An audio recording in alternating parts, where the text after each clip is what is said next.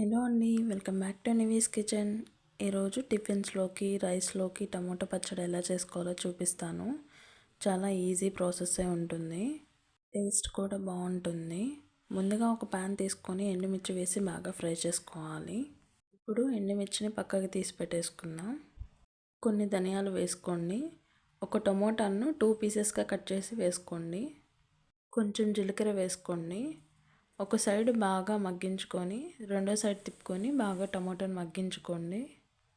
Tomato బాగా కలుపుకొని బాగా మగ్గించుకోండి. ఇప్పుడు కొన్ని వెల్లుల్లిని వేసుకొని బాగా ఫ్రై చేసుకోండి. ఇప్పుడు ముందుగా నానబెట్టుకున్న కొంచెం చింతపండుని అందులో వేసి బాగా కలుపుకోండి. టమోటాలు బాగా ఫ్రై అయ్యాక కొంచెం కరివేపాకుని తీసుకొని క్లీన్ చేసి పెట్టుకోండి. ఇప్పుడు కరివేపాకు అందులో వేసి బాగా ఫ్రై చేసుకోండి. చూడండి ఎలా వచ్చిందో.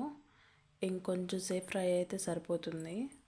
ఇప్పుడు అందులో కొంచెం సాల్ట్ వేసి మిక్సీ పట్టుకుందాం. ఆవాలు, జీలకర్ర, మినపప్పు, కరివేపాకు వేసుకొని ఫ్రై చేసుకుందాం. ఇప్పుడు ఒక చిన్న ఉల్లిపాయని బాగా దంచుకొని వేసుకోండి. పచ్చడి అయితే రెడీ అయిపోయింది. రైస్లోకి ఆనియన్ని ఇలా దంచి వేసుకుంటే బాగుంటుంది. మీకు నా వీడియోస్ నచ్చితే సబ్స్క్రైబ్ చేసి లైక్ అండ్ షేర్ చేయండి. Thanks for watching.